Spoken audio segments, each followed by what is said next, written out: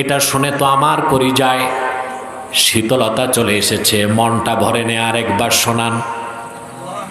রাসূলুল্লাহ আবার তেলাওয়াত করলেন। সে বলল আরেকবার শোনান। রাসূলুল্লাহ আবার তেলাওয়াত করলেন, সালাসা মাররাত, তিনবার শোনালেন। এবার সে রোমের পণ্ডিত দার্শনিক বলল, হাতি ইয়াদাক উবাইউকা ইয়া রাসূলুল্লাহ, মুহাম্মদ সাল্লাল্লাহু আলাইহি ওয়াসাল্লাম আপনার নূরের হাত মোবারকটা বাড়ায় দেন, ওই হাতে হাত রেখে এখন আমি ঈমান এনে মুসলমান হয়ে যাব। আল্লাহর হাবিব ওনার হস্ত মোবারক বাড়িয়ে দিলেন, সেই রোমের পণ্ডিত ঈমান এনে মুসলমান হয়ে গেল। আবু জাহেল বলল, এই জন্যই তো বলছিলাম মুহাম্মদ সাল্লাল্লাহু আলাইহি ওয়াসাল্লামের কাছে কোরআন শুনতে যেও না। আবু জাহেল বলল, ভাই আমি জানি তুমি রোমের সবচেয়ে বড় জ্ঞানী মানুষ, কোরআনের কথা শুনে তোমার অনুভূতি কি জেগেছে যে তুমি বাপদাদার ধর্ম ছেড়ে দিলা? জবাবে রোমের পণ্ডিত বলল, ওয়াল্লাহি লাকাদ সামি'তু কাওলাল কাহানা ওয়া কাদ সামি'তু কাওলাশ শুআরা। আল্লাহর কসম, জীবনে আমি অনেক বড় বড় কবিদের কবিতা শুনেছি, দার্শনিকদের দর্শন পড়েছি, জ্যোতিষদের কথা শুনেছি, কবিদের কথা শুনেছি, কিন্তু মুহাম্মদ সাল্লাল্লাহু আলাইহি সাল্লাম যা শোনালেন তা কোনো কবির কথা নয়, দার্শনিকের দর্শন নয়, গণকের গণনার কথা নয়। তিনি যখন কোরআন শোনাচ্ছিলেন আমার মনে হয়েছে আমার দুই কানে কেউ যেন বেহেশতি মণিমুক্তা ঢেলে দিচ্ছে। সুবহানাল্লাহ। এই কোরআন নিজেই নিজের প্রমাণ। সুবহানাল্লাহ বলবেন না? কোরআন প্রমাণ করার কোনো কিছু। এভাবে কোরআন শুনে আল্লাহর হাবিবের কাছে ১,৫০০ বছর আগে দলে দলে লোক ঈমান এনে মুসলমান হতে লাগলো। বলেন সুবহানাল্লাহ। কোরআন নিজেই প্রমাণ দেয়। কোরআন কার পক্ষ থেকে? জোরে বলেন। আমার ভাইয়েরা, এখন কয়েকটা সূক্ষ্ম ব্যাখ্যা। কোরআন শরীফে কোনো সন্দেহ তো দূরে থাক, সন্দেহের অবকাশও। এই তর্জমা কেন করলাম? আল্লাহ লা শাক্কা ফিহি বলেন নাই, লা রাইবা ফিহি বলছেন। লা প্রবল সন্দেহকে আরবিতে বলে শাক। কি বলে? আর সন্দেহ আসতে চায় না, জাগতে চায়, ওইটাকে বলে রায়েব। কি বলে? রায়েব। আল্লাহ বলেছেন আমার কোরআনে সন্দেহ তো দূরে থাক, সন্দেহর জাগারও কোনো সুযোগ নাই। সুবহানাল্লাহ। কয়টা দৃষ্টিকোণ থেকে? ইন্নাহু মুনাজ্জালুম মিন ইনদিল্লাহ। এটা কার পক্ষ থেকে? এটা একটু বুঝেন। কাফেররা যখন ব্যাপকভাবে কোরআনের অপপ্রচার করতে লাগলো, আল্লাহর পক্ষ থেকে তখন পরপর চ্যালেঞ্জ আসলো কাফেরদের কাছে। কার কাছে? আল্লাহর হাবিবের মাধ্যমে চ্যালেঞ্জ করা হলো কাফেরদেরকে। কাদেরকে? কাফেররা যখন কোরআন থেকে, কোরআন কারীমের বিরুদ্ধে অপপ্রচারে লিপ্ত, আল্লাহর পক্ষ থেকে চ্যালেঞ্জ চলে আসলো। আল্লাহ পাক ডাক দিয়ে বললেন, প্রিয় হাবিব মুহাম্মদ সাল্লাল্লাহু আলাইহি সাল্লাম, যে কাফেররা কোরআনকে সন্দেহ করে তাদেরকে আপনি বলুন, কুল লা ইন ইজতামাআতিল ইনসু ওয়াল জিন্নু আলা আইয়াতু বিমিসলি হাযাল কুরআন লা ইয়াতুনা বিমিসলিহি ওয়ালাউ কানা বা'দুহুম লিবা'দিন যাহিরা। আল্লাহ ডেকে বললেন, প্রিয় হাবিব মুহাম্মদ সাল্লাল্লাহু আলাইহি ওয়াসাল্লাম, আপনি কাফেরদেরকে চ্যালেঞ্জ করুন। সকল মানুষ আর সকল জিন যদি এক হয়, কি হয়? জোট বাঁধে। কি বাঁধে? জোট বুঝেন? আহা, বাঙালির চেয়ে বেশি জোট আর ভোট বুঝে কারা? খুব বেশি বুঝে এই দেশের লোক। জোট আর ভোট। দেশটা ছোট, মানুষ তো 16 কোটি। আমেরিকার মতো দেশে রাজনৈতিক দল আছে মোটমাট 10টা। সিঙ্গাপুরে 2টা, মালয়েশিয়ায় 12-13টা।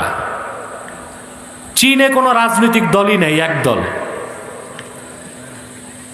চায়না কমিউনিস্ট পার্টি সিসিপি, একটা দল। আর ছোট্ট বাংলাদেশে আছে কাগজে কলমে 147টা দল। এমন রাজনৈতিক দলও আছে যার সদস্য মোটে 3 জন, সভাপতি, সেক্রেটারি, দরজার দারোয়ান। দল একটা আছে। দল থাকার উদ্দেশ্য হচ্ছে নির্বাচনের সময় জোট বাঁধা যায়, 2-1টা সিট নেওয়া যায়, না হলে নগদ কিছু পাওয়া যায়। এই জন্য বলছে আপনারা জোট আর ভোট বেশি বুঝেন, কিন্তু লাভ নাই। জোট রাত মে নোট, সুবহ মে ভোট, ফির সব ঝুট। আগে হয় জোট, রাতে ভোটার নেয় নোট, সকালে দেয় ভোট, বিকালে সব ঝুট। ঠিকটাও মিয়া ঠিক মতো কইলা না, তাই হচ্ছে না। যাক, এই বিষয়ে বেশি আর কিছু নাই বলি না, এটা তো বলার কথা না বেশি, যদ্দূর দরকার তদ্দূর বলছি। তোমার রাজনীতি শিখতে হলে আমার বাড়ি আসো, আব্বাসী মঞ্জিলে আসো। আমি রাজনীতি করি না, রাজনীতি শিখাই। রাজনীতির 2টা দিক। কয়টা? একটা হচ্ছে থিওরিক্যাল পলিটিক্স, আর একটা হচ্ছে অ্যাপ্লাইড পলিটিক্স। একটা হচ্ছে তাত্ত্বিক রাজনীতি, এটা আমি পড়ি, মানুষকে শিখাই। আর অ্যাপ্লাইড রাজনীতি হচ্ছে ভোট, নির্বাচন, মিছিল, মিটিং, এগুলো। ওইটা আমি করি না, কারণ সবাই যদি রাজনীতি করে তো রাজনীতি শিখাবে কে? কাউকে তো শিখানোরও দরকার আছে। কথা বলে না। প্রায় মানুষ বলে হুজুর আপনি রাজনীতি করেন না কেন? আর আমিও যদি রাজনীতি করি তো শিখাবে কে? আমি মানুষকে কোরআন সুন্নাহর রাজনীতি, খেলাফত শিখাবো, ওইটা আমার আদর্শ। সম্মানিত সুধী, কথা শুনতেছেন? তা আপনারা জোট আর ভোট একটু বেশি বুঝেন। আল্লাহ রাব্বুল আলামিন বললেন পৃথিবীর সব মানুষ আর সব জিন যদি ঐক্যবদ্ধ হয় একটি এজেন্ডা বাস্তবায়ন করার জন্য, আর তা হচ্ছে কোরআনের মতো একটা কিতাব এনে দেখাবে, আল্লাহ পাক বলেন সমগ্র মানব জাতি আর সমস্ত জিন জাতি কিয়ামত পর্যন্ত পারস্পরিক চেষ্টার ভিত্তিতেও আমার হাবিবের শ্রেষ্ঠ মুজিজা আমার কালাম কোরআনের মতো একটা কিতাব আনতে পারবে না। সুবহানাল্লাহ। ১৫০০ বছর আগে আল্লাহর হাবিব মুহাম্মদ সাল্লাল্লাহু আলাইহি সাল্লাম আল্লাহর পক্ষ থেকে এই চ্যালেঞ্জ যখন করলেন, কাফেরদের মস্তক নত হয়ে গেল, কোনো জবাব নাই। কিন্তু ওরা অপপ্রচার করতেই লাগলো, কোরআনের প্রতি সন্দেহ সৃষ্টি করতে লাগলো। আল্লাহর পক্ষ থেকে আসলো দ্বিতীয় চ্যালেঞ্জ। আল্লাহ পাক এবার বললেন আম ইয়াকুলুনা ইফতারাহু কুল ফাতু বিআশরি সুওয়ারিম মিসলিহি মুফতারায়াত। প্রিয় হাবিব মুহাম্মদ সাল্লাল্লাহু আলাইহি ওয়াসাল্লাম, কোরআনের মতো একটা কিতাব তো তারা আনতে পারে নাই, কোনোদিন পারবে না। আপনি কাফেরদেরকে বলুন 10টা সূরার মতো সূরা রচনা করে দেখাক তো দেখি। তাও তারা পারে নাই। ১৫০০ বছর পার হয়ে গেছে, এখন পর্যন্ত কেউ পারে নাই। কিয়ামত তক পারবে নাকি? এরপরে আসলো আল্লাহর পক্ষ থেকে তৃতীয় চ্যালেঞ্জ। وَإِن كُنتُمْ فِي رَيْبٍ مِّمَّا نَزَّلْنَا عَلَى عَبْدِنَا فَأْتُوا بِسُورَةٍ مِّن مِّثْلِهِ وَادْعُوا شُهَدَاءَكُم مِّن دُونِ اللَّهِ إِن كُنتُمْ صَادِقِينَ। আল্লাহ পাক তৃতীয় চ্যালেঞ্জ করলেন, কাফেরেরা, মুশরিকেরা, বেঈমানেরা, তোমরা যারা আমার বান্দা মুহাম্মদ সাল্লাল্লাহু আলাইহি সাল্লামের উপর অবতীর্ণ কোরআনকে সন্দেহ করো, কোরআনের মতো কোরআন দরকার নাই, 10টা সূরার মতো সূরা দরকার নাই, কোরআনের সবচেয়ে ছোট সূরা কাউসারের মতো একটা সূরা তৈরি করে আনো তো দেখি। সেজন্য শুধু আরবের কাফের তোমরাই না, বরং আরবের বাইরে যারা আছে, শাম, রোম, ইয়ামান, মিশর, সুদান, আফ্রিকা, তাম পৃথিবীর যেখানে যত জ্ঞানীগুণী পণ্ডিত আছে, তোমাদের বন্ধু সবাইরে ডাকো, চেষ্টা করে আমার কোরআনের একটা সূরার মতো সূরা তৈরি করে দেখাও তো দেখি। ১,৫০০ বছর আগে কাফেররা পারে নাই, আজ পর্যন্ত কেউ পারে নাই, কিয়ামত তক পারবে না। সেজন্য কোরআন কেউ বিশ্বাস করুক আর না করুক, এই কথা মানতেই হবে। ইন্নাহু মুনাজ্জালুম মিন ইনদিল্লাহ, এটা আল্লাহর পক্ষ থেকে এসেছে। কার পক্ষ থেকে?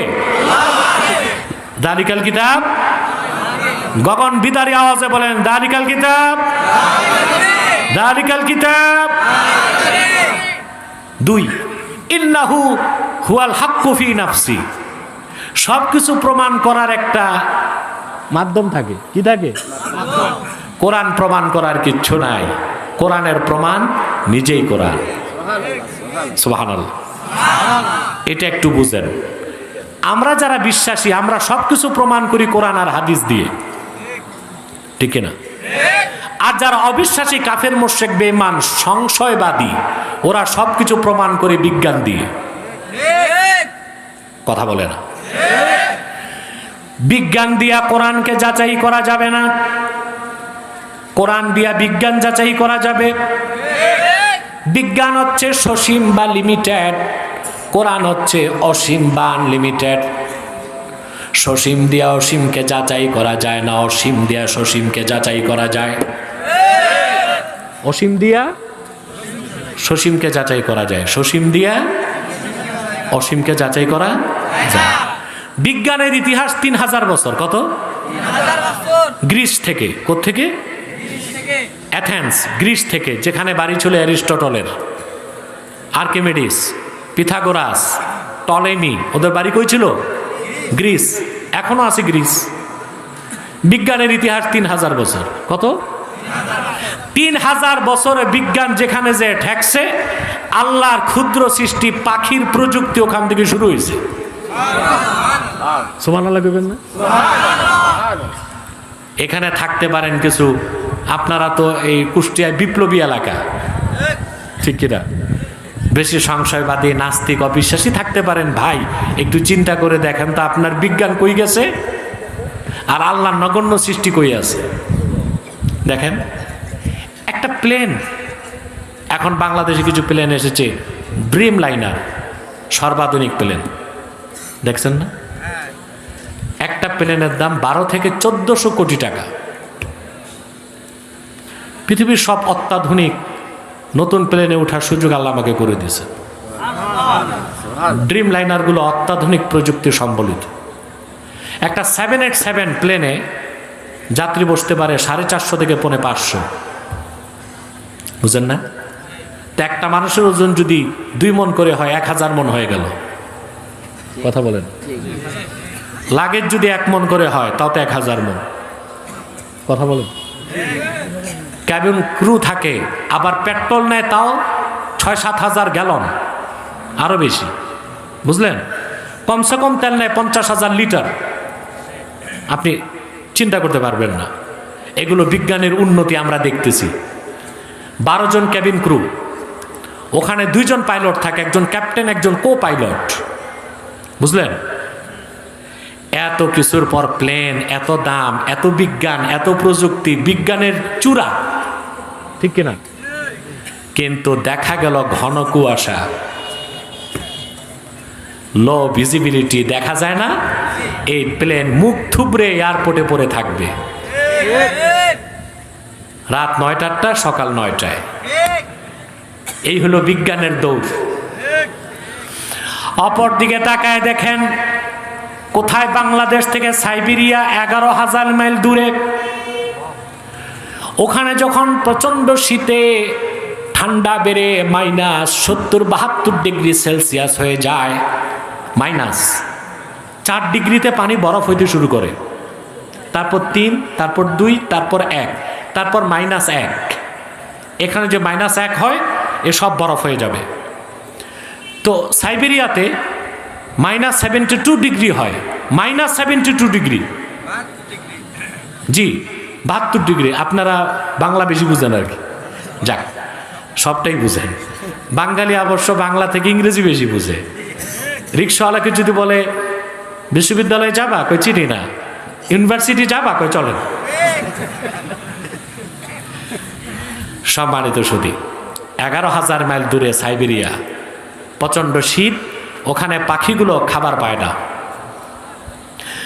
আল্লাহর নগণ্য সৃষ্টি পাখিগুলো সেখান থেকে আকাশে টেক অফ করে উড়াল দেয়। ওদের কাছে রাডার নাই, জিপিআরএস নাই, আবহাওয়া অফিসের সাথে ওয়্যারলেসে কোনো যোগাযোগ নাই। ওরা অক্সফোর্ড, ক্যামব্রিজ কিংবা ঢাকা বিশ্ববিদ্যালয়ে পড়ে নাই এভিয়েশন বিদ্যা। ক্ষুদ্র পাখিগুলো কি ঝড়, কি তুফান, কি কুয়াশা, 11,000 মাইল পথ পাড়ি দিয়ে বাংলাদেশে বিভিন্ন বিলে এসে শীতকালে মাছ খায়। সুস্বাদু মিঠা পানির মাছ দিয়া পেট যখন ভরে যায়, আবার কয়েক মাস পর সোজা তার দেশে ফিরে যায়। তোমার বিজ্ঞান যেখানে যে মুখ থুবড়ে গেছে, আল্লাহ নগণ্য সৃষ্টি ওখান থেকে তার যাত্রা শুরু করছে। বিজ্ঞান সসীম, ওই সসীম বিজ্ঞান দিয়া অসীম কোরআনকে যাচাই করতে চাওয়া মুমিনের কাজ না, বেঈমান কাফের ও মুশরিক ও বেঈমানের কাজ। বিজ্ঞান দিয়া কোরআন যাচাই করা যায় না, কোরআন দিয়া বিজ্ঞান যাচাই করা যায়। ঠিক কি না? প্রথম, ইন্নাহু মুনাজ্জালুম মিন ইনদিল্লাহ, এটা আল্লাহর পক্ষ থেকে এসেছে। 2, ইন্নাহু হুয়াল হাক্কু ফি নাফসি, কোরআন নিজেই নিজের প্রমাণ। সুবহানাল্লাহ বলেন। এই বিজ্ঞান টিজ্ঞান ছাতা দিয়া কোরআন যাচাই করা যাবে না, বরং কোরআন, বিজ্ঞান থেকে কোরআন সর্বাবস্থায় 1,500 বছর এগিয়ে আছে। বলেন সুবহানাল্লাহ। 3 নাম্বার হচ্ছে ইন্নাহু সিফাতুম মিন সিফাতিল্লাহ, এ কোরআন আল্লাহর সিফাত। 4 নাম্বারে কোরআন হচ্ছে ইন্নাহু কালামুল্লাহ গায়রু মাখলুকিন ওয়ালা মুহদাস, এটা পৃথিবীর কোন রচিত কিতাবের সাথে তুলনা করা যাবে না। এটা হচ্ছে আল্লাহর কালাম, এটা সৃষ্টি নয়, বরং এটা স্রষ্টার বাণী। যালিকাল কিতাব লা রাইবা ফিহি। এতটুকু বুঝছেন? কথা বলেন। আল্লাহর এই কোরআনকে আঁকড়ে ধরতে হবে আমাদের। মহাসত্যের সর্বোচ্চ মানদণ্ড উত্তীর্ণ আল্লাহর কোরআন। সুবহানাল্লাহ। কোরআন আর সুন্নাহ দিয়ে সবকিছু দেখতে হবে, ঠিক কি বেটি? ঠিক কি না?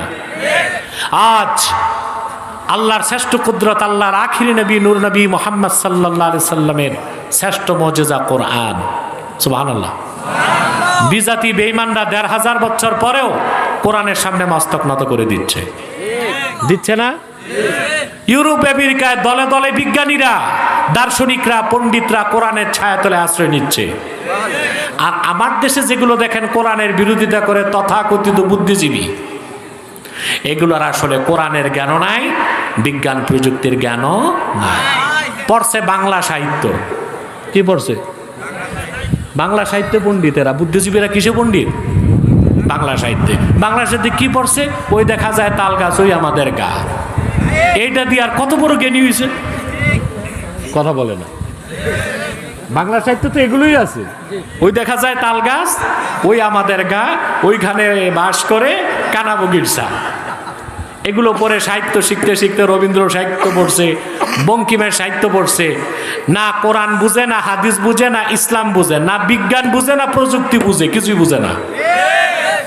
টক শোতে গেলে মনে হয় সব জানতা সোনা মিয়া, সব বুঝে।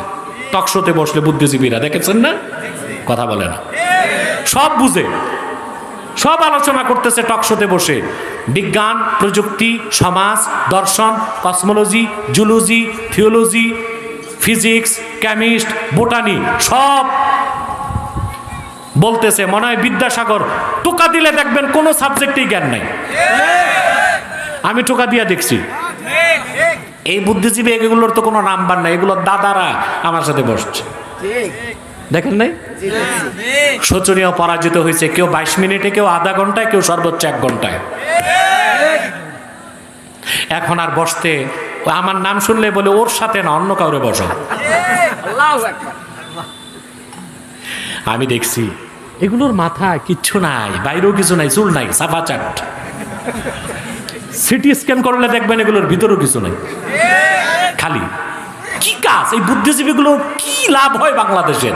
সরকারকে কতবার পরামর্শ দিলাম, ওদের মাথায় তো কিচ্ছু নেই, অন্তত ওদের টাক মাথায় ঘাস চাষ করো, গবাদি পশু কিছু খেয়ে বাঁচবে। নাকি?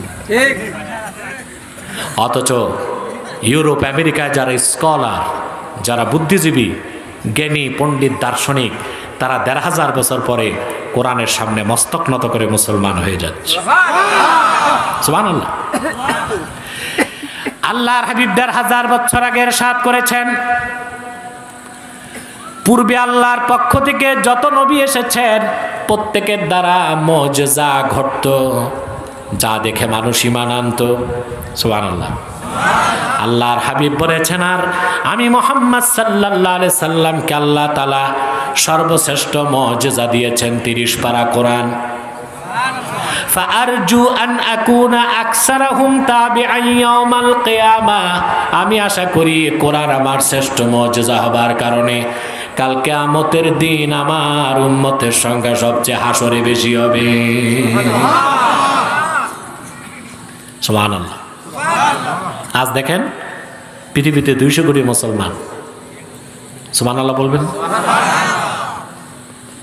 হাদিস শরীফে এসেছে, আল্লাহর হাবিব ইরশাদ করেছেন,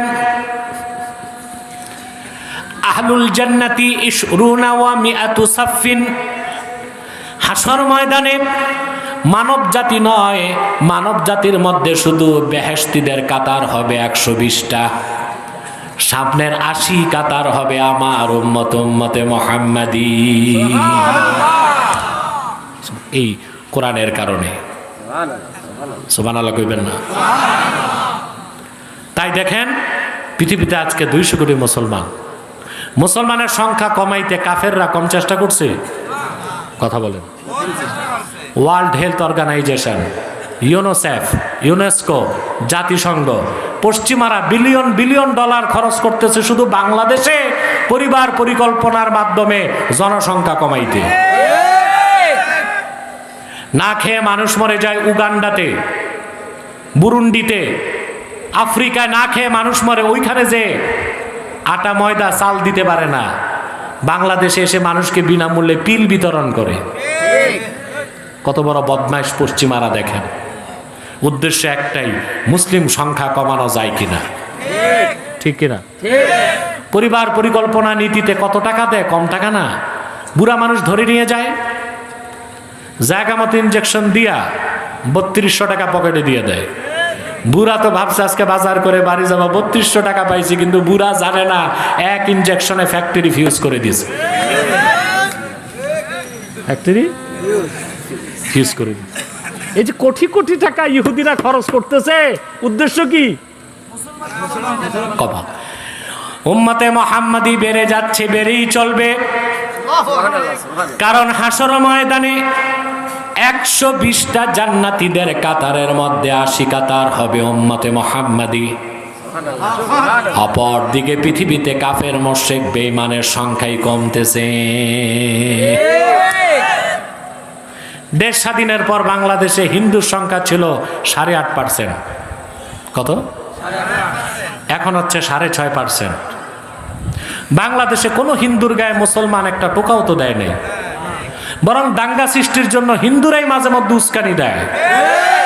পার্শ্ববর্তী ভারতে মুসলমানদের মসজিদকে শহীদ করা হয়, মুসলিমদের নাগরিকত্ব কেড়ে নেওয়া হচ্ছে, পাখির মতো গুলি করে মুসলিমকে মারা হচ্ছে মুসলমানদেরকে। তার প্রতিশোধ নিতে বাংলার মুসলমান হিন্দুদের গায়ে হাত দেয় না, কারণ এই দেশের মুসলমান শিখেছে যে এক অঞ্চলের হিন্দুর অপরাধে আরেক অঞ্চলের হিন্দুদের শাস্তি দেওয়া যায় না। ঠিক কিনা?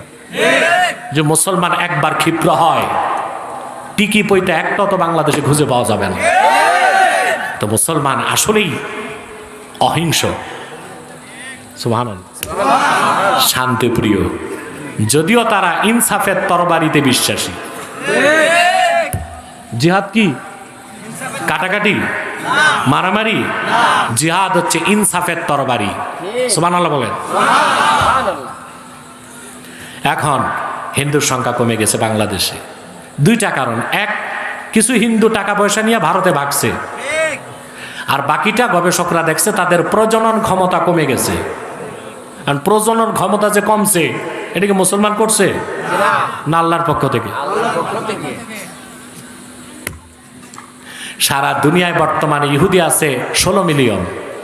কত? 1,60,00,000, 1,60,00,000 আন্ডা বাচ্চা নিয়ে 2 কোটি ইহুদি, আমরা আছি 200 কোটি। আরে আমেরিকার সাপোর্ট বাদ দিলে ইসরায়েলের ইহুদি শায়েস্তা করতে হামাসের বোমা লাগবে না। 200 কোটি মুসলমান পেশাব করলে 2 কোটি ইহুদি ভূমধ্য সাগরে ভেসে যাবে ব্যাঙের বাচ্চার মতো।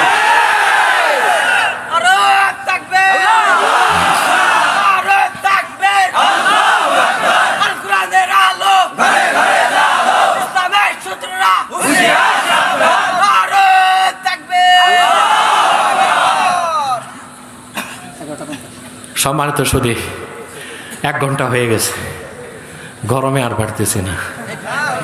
না ফ্যান না, ভিতরে গরম হচ্ছে, কারণ রাত বেশি, গরমও বেশি। আর 10টা মিনিট কষ্ট দিব, তোমাদের কথার বিশ্বাস নাই। 10 মিনিট বসবা, হাত তুলো, হাত লম্বা করো, লম্বা করো হাত। আল্লাহ কবুল করুন, মঞ্জুর করুন। বেশি কেন চাও? না না, এটা সমস্যা হবে। আরে বাবা, আমি যখন লিমিটে কথা বলবো এটা ওয়াজ হবে, আনলিমিট যখন চলবো ওটার ওয়াজ থাকবে না, আওয়াজ হবে। তা লাভ কি, ওয়াজ না আওয়াজ? ওয়াজ, ঠিক কিনা? এখন ইহুদি আছে কত? 2 কোটি, আমরা আছি 200 কোটি। কেন? ইহুদিরা বাচ্চা কাচ্চা বাড়ানোর জন্য ভাতা দেয়। ইসরায়েলে যে ইহুদির একটা সন্তান, বুঝলেন, তার কর অর্ধেক। যার 2টা সন্তান তার কর মাফ, যার 3টা সন্তান তার ভ্যাট মাফ, যার 4টা সন্তান পড়াশোনা ফ্রি। তারপর ইহুদির সংখ্যা কমতেছে। কেন কমতেছে? বিজ্ঞানীরা গবেষণা করে দেখছে, জন্ম বৃদ্ধি, প্রজন্মের জন্য, মানুষ তৈরির জন্য ক্রোমোজোম লাগে। কি লাগে? একটা সেক্স ক্রোমোজোম, একটা কোষ 2 প্রকার, বুঝলেন? এর মধ্যে সেক্স ক্রোমোজোম প্রতিটা কোষে 1 জোড়া। কটা? 1 জোড়া। কথা বুঝতে পারছেন? তো পুরুষের ক্রোমোজোম, মহিলার ক্রোমোজোম, পুরুষের শুক্রাণুতে থাকে XY, মহিলার ডিম্বাণুতে থাকে XX। কি থাকে? XX। তো পুরুষ, আপনার পিতার আপনার মাতার বীর্য যখন 1 হয়েছে, আপনার পিতার XY থেকে Y গেছে, আপনার মায়ের X আসছে, আপনি ছেলে হয়েছেন। আর যখন আপনার পিতার XY থেকে X গেছে, আপনার মায়ের X আসছে, তখন আপনার বোন হয়েছে। কি হয়েছে? এভাবে আল্লাহ তাআলা মানুষকে পয়দা করেন, সৃষ্টি করেন। বিজ্ঞানীরা দেখেছে ইহুদিদের নাটকীয়ভাবে ক্রোমোজোম নষ্ট হয়ে যাচ্ছে। আমার আল্লাহ বলেন, আমার নিরীহ ফিলিস্তিনের মুসলমানকে বোমা মারবা, আল্লাহর গজব জায়গা মতো আসছে। ঠিক কিনা? কখনো মুসলমানের সংখ্যা কমানো, দিন দিন বাড়তেই থাকবে, বলেন সুবহানাল্লাহ।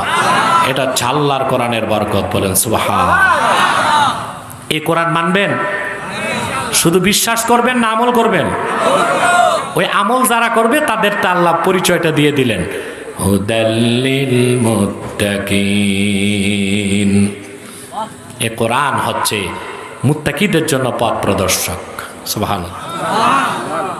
এখন একটা প্রশ্ন আসে, যারা মুত্তাকি নয়, শুধু মুসলমান, ঈমান আছে, গুনাহগার, ওরা তো মুত্তাকি না। কথা বলেন, ওদেরকে কি কোরআন পথ প্রদর্শন করবে না? আল্লাহ জবাব দিয়েছেন,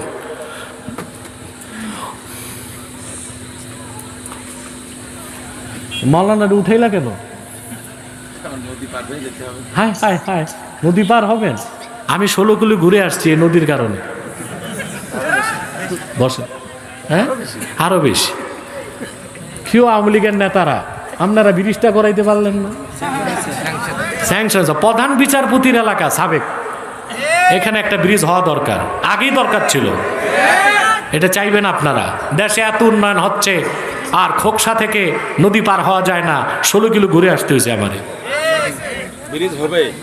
হবে কেন? এটা হওয়া ছিল, দরকার ছিল আগে। আমি দোয়া করে যাই যেন ব্রিজ হয়ে যায়। এই ভয়তে মাওলানা উঠছে যাবে,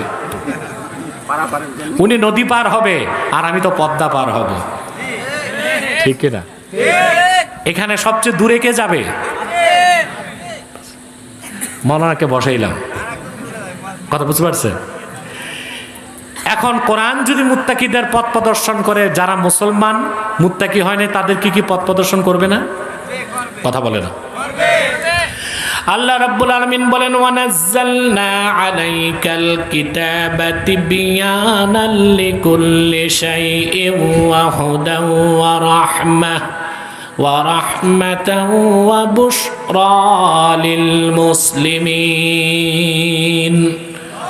প্রিয় হাবিব মুহাম্মদ সাল্লাল্লাহু আলাইহি ওয়াসাল্লাম, আমি আপনার উপরে কোরআন নাজিল করেছি তিবয়ানাল লিকুল্লি শাই, সব কিছুর সুস্পষ্ট ব্যাখ্যা হিসেবে, ওয়া হুদান ওয়া রাহমা, এ কোরআন ওয়া বুশরা লিল মুসলিমিন, তামাম পৃথিবীর মুসলমানদের জন্য সুসংবাদের বাহন, রহমতের কান্ডার, হেদায়েতের বাণী।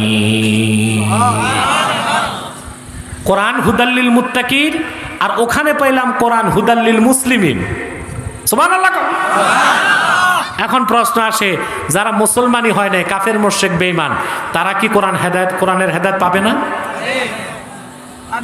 পাবে। আল্লাহ বলে দিয়েছেন, শাহরু রমাদানাল্লাযী উনজিলা ফীহিল কুরআনু হুদাল লিন-নাসি ওয়া বায়্যিনাতিম মিনাল হুদা ওয়াল ফুরকান। রমজান মাস, যে মাসে কোরআন নাজিল হয়েছে, এ কোরআন পৃথিবীর সকল যুগের, দেশের, বর্ণের, বংশের মানুষের জন্য হেদায়েতকারী। আমরা কয়টা কথা পেলাম? তিনটা। হুদাল্লিল মুত্তাকিন, হুদাল্লিল মুসলিমিন, হুদাল্লিন নাস। কেন? প্রশ্ন আসে, শুরুতেই আল্লাহ বলে দিতে পারতেন আলিফ লাম মিম যালিকাল কিতাব লা রাইবা ফীহি হুদাল্লিন নাস। শুরুতেই যদি বলতেন ওই নাস মানে সব মানুষের জন্য হেদায়েতকারী, ওই মানুষের মধ্যে তো সবাই থাকতো, মুত্তাকি, গায়ের মুত্তাকি, আস্তিক, নাস্তিক, শ্বেতাঙ্গ, কৃষ্ণাঙ্গ। এইটা না বলে তিনি ক্লাসিফাইড কেন করলেন? শ্রেণীবিন্যাস করলেন কেন? প্রশ্ন আসে না? জবাব দিয়েছেন কাজী বাইজাবি।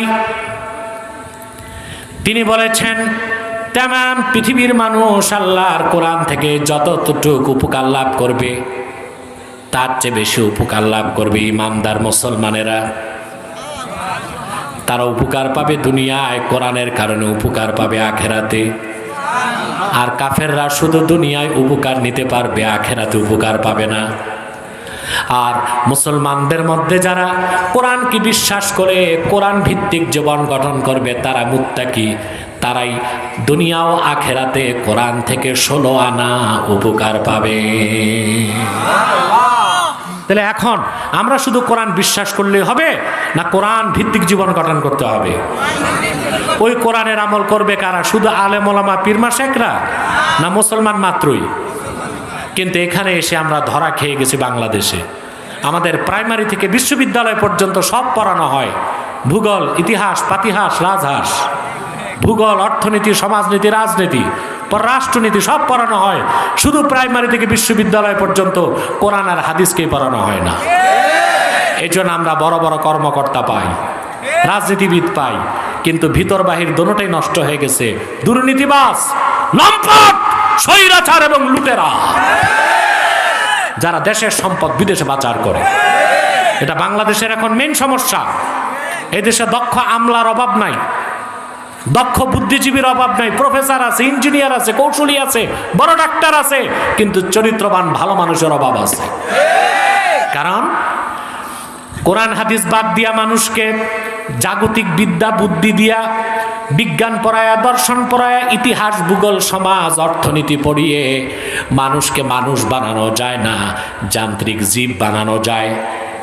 অপরদিকে যদি সঙ্গে কোরআন আর সুন্নাহর শিক্ষাও মৌলিকভাবে শেখানো হতো, আমরা পেতাম চরিত্রবান ভালো মানুষ, যাদের নাম মুত্তাকি। একদিকে পেতাম দক্ষ যোগ্য ডাক্তার, ইঞ্জিনিয়ার, প্রকৌশলী, বিজ্ঞানী, আর একদিকে পেতাম আল্লাহর ওলি। এখানে এসে আমরা ধরা খেয়ে গেছি, ঠিক কি না? আমাদের দেশে মাদ্রাসায় কোরআন হাদিস শেখানো হয়, স্কুল কলেজে নামে মাত্র ইসলাম শিক্ষা আছে, কিন্তু কোরআন হাদিসের মৌলিক পূর্ণাঙ্গ জ্ঞানটা দেওয়া হয় না। এটা সমস্যা না? কথা বলে না। আমরা যদি কোরআন হাদিসও শিখাতাম স্কুল কলেজে, আমরা পেতাম দক্ষ ডাক্তার, যিনি একদিকে ডাক্তার আর একদিকে মুত্তাকি। পেতাম সচিব, উপসচিব, একদিকে দক্ষ কর্মকর্তা আর একদিকে আল্লাহওয়ালা বুজুর্গ। ঠিক কিনা? তখন কি আর চুরি থাকতো? আরে ভাই, গত কয়েক বছরই বাংলাদেশ থেকে 92,000 কোটি টাকা পাচার হয়েছে। কত? এগুলো কারা চুরি করছে? আমেরিকানরা এসে মঙ্গল গ্রহ থেকে। এগুলো ধরতে আবার বসে আছে দুর্নীতি দমন কমিশন। তো ওখানে যারা বসছে ওনারা ফেরেশতা নাকি? না একই ফ্যাক্টরির মাল? সব বিশ্ববিদ্যালয়ের ছাত্ররাই বিসিএস ক্যাডার হইয়া এই দায়িত্ব পাইছে। মুদ্রার এই পিঠ ওই পিঠ। আপনি যদি দক্ষ, যোগ্য, ইমানদার ডাক্তার চান, চরিত্রবান প্রকৌশলী চান, ব্যাংক কর্মকর্তা চান, সচিব চান, আমলা চান, মন্ত্রী চান, এমপি চান, রাষ্ট্র যারা পরিচালনা করে ওই রকম যদি ইমানদার চরিত্রবান চান, দক্ষ শুধু না ইমানদার চরিত্রবান, অবশ্যই প্রাইমারি থেকে বিশ্ববিদ্যালয় পর্যন্ত কোরআন হাদিসের মৌলিক শিক্ষাকে বাধ্যতামূলক করতে হবে। এর কোনো বিকল্প নাই। পৃথিবীর সব দেশে ওরা ওদের ধর্মগ্রন্থকে পড়ায়। আমি ব্রিটেন সফরে দেখে এসেছি, অক্সফোর্ডের ভিতরে 23টা ক্যাম্পাস, কলেজ। কতটা? একটা কলেজের নামই দেখেছি, the college of Trinity. College of Trinity. ওরা তো ওদের ধর্ম খ্রিস্টান ধর্ম ছাড়ে নাই। ইসরায়েলের জাতীয় পাঠ্যপুস্তকের নীতি হচ্ছে ডিগ্রি পর্যন্ত সেখানে তালমুদ পাঠ বাধ্যতামূলক। তালমুদ হচ্ছে তাওরাতের একটা অংশ। ডিগ্রি পর্যন্ত ইসরায়েলের কর্মকর্তারা সবাই, সে দেশের ছাত্ররা সায়েন্স ডিপার্টমেন্ট পড়ুক, কমার্স পড়ুক, আর্টস পড়ুক, তালমুদ পাঠ কি বাধ্যতামূলক। অথচ তালমুদ পুরাটাই মানব রচিত। কিন্তু পোড়া কপালের দল আমরা কলেজ বিশ্ববিদ্যালয়ে আল্লাহর কালাম কোরআনকে বাধ্যতামূলক করতে পারি না। আমরা যদি কোরআন হাদিসকে পড়াতাম প্রাইমারি থেকে বিশ্ববিদ্যালয় পর্যন্ত, তা দক্ষ ডাক্তার, দক্ষ কন্ডাক্টর, দক্ষ প্রকৌশলী, উকিল, ম্যাজিস্ট্রেট, ব্যারিস্টার, মন্ত্রী, এমপি পাইতাম। আর মুসলিম না, পাশাপাশি মুসলমানদেরকে পেতাম। অর্থাৎ ওই লোকগুলোকে দেখতাম যে ওরা দক্ষ, যোগ্য, প্রফেসর, কামলা, আমলা, প্রকৌশলী, ডাক্তার, ইঞ্জিনিয়ার, রাষ্ট্র পরিচালনা করে, সাথে সাথে তারা প্রত্যেকে মুসলিম এবং প্র্যাকটিসিং মুসলিম। ওই প্র্যাকটিসিং মুসলিম আমি মুত্তাকি। আমাদেরকে কটাক্ষ করে বুদ্ধিজীবীরা বলে মৌলবাদী। ওরা চায় ইসলাম থাকবে মসজিদ, মাদ্রাসায়, খানকায়, আর বাইরে মতমতো চলবে। এটা খুব খুশি তারা। আর আমরা যখন বলবো যে না, কোরআন ও সুন্নাহের আইন দিয়া সব কিছু চলবে, যখন আমাদেরকে বলবে যে তারা পলিটিক্যাল ইসলাম করে, মৌলবাদী। দেখুন, একটা কথা মনে রাখবেন, হাতি যখন সামনে দৌড়ায়, কুকুর কিন্তু পিছনে ঘেউ ঘেউ করে, হাতি কিন্তু একবারও তাকায় দেখে না। আমরা যারা মুমিন মুসলমান, দল যেটাই থাক, কোরআন সুন্নাহর ঝান্ডা নিয়ে সামনে চলতে চায়। কাফের, মুশরিক, নাস্তিকরা পিছনে কুকুরের মতো ঘেউ ঘেউ করলো, তা দেখার দরকার আমাদের নয়। আমাদের অগ্রযাত্রা ঠেকাবার মতো কোনো অপশক্তি বাংলাদেশে না।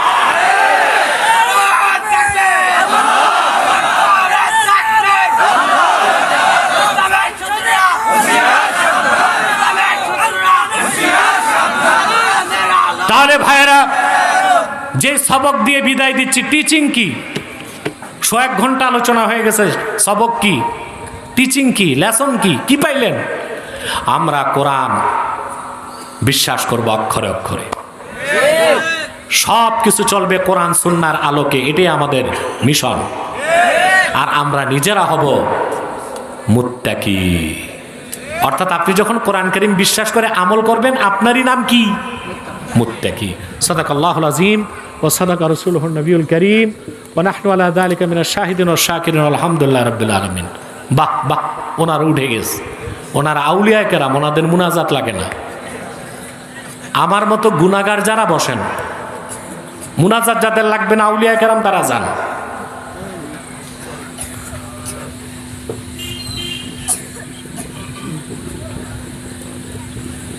কি দিবে?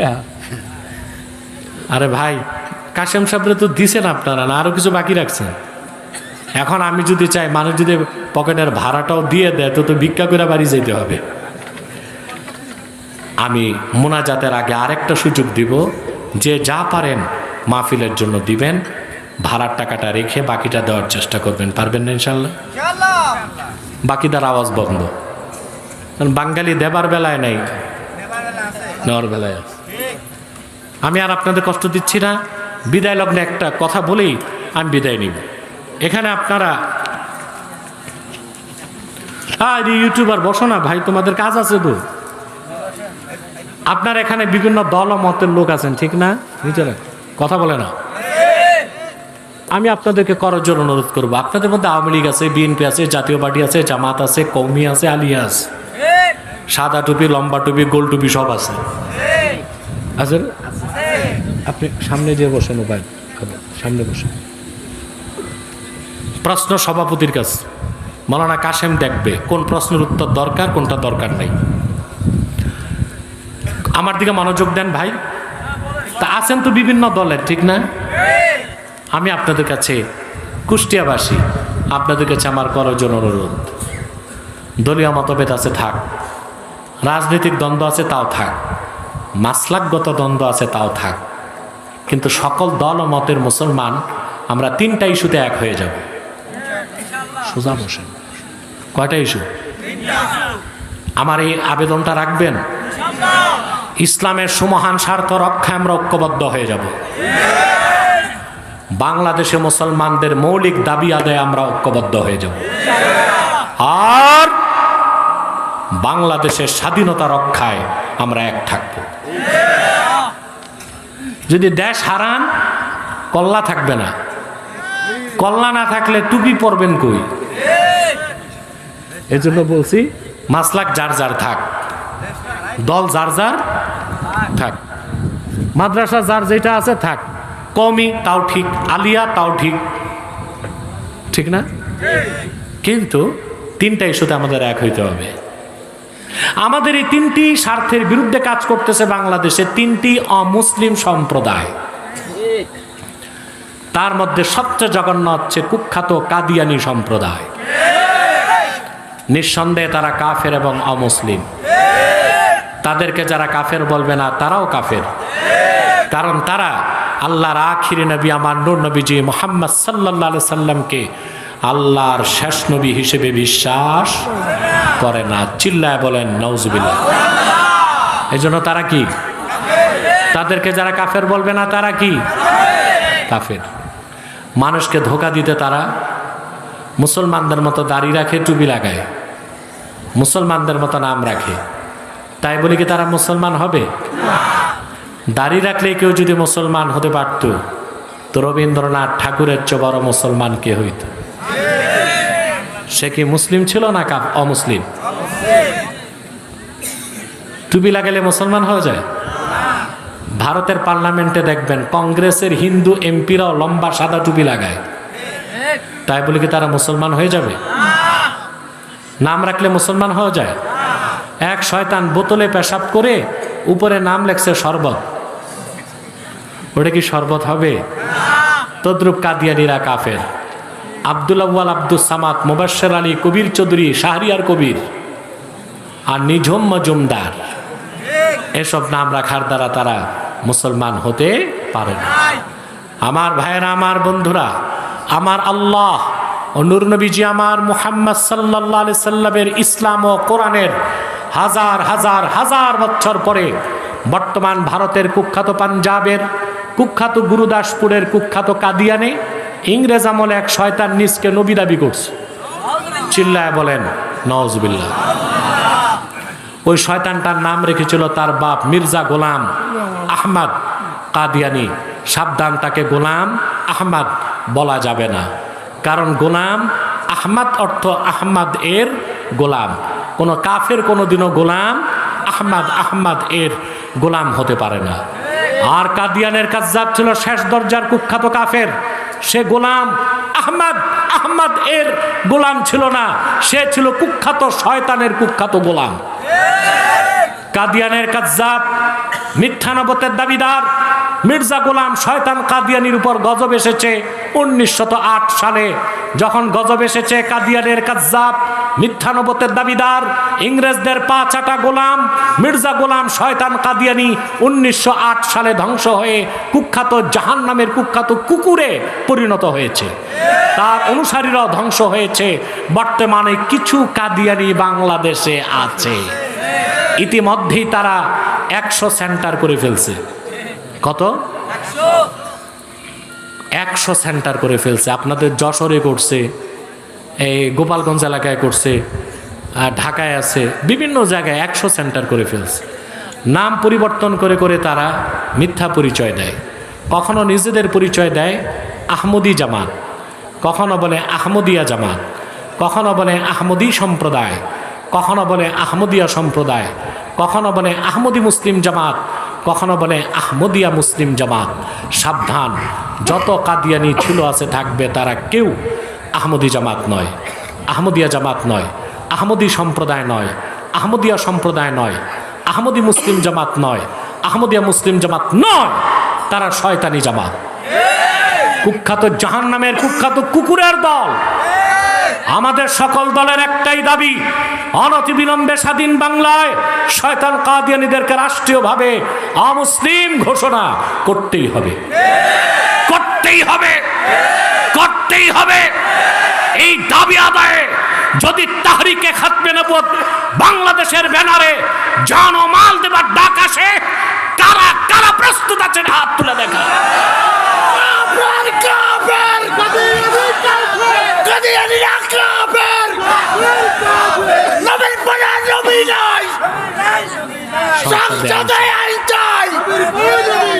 সম্মানিত সুধী,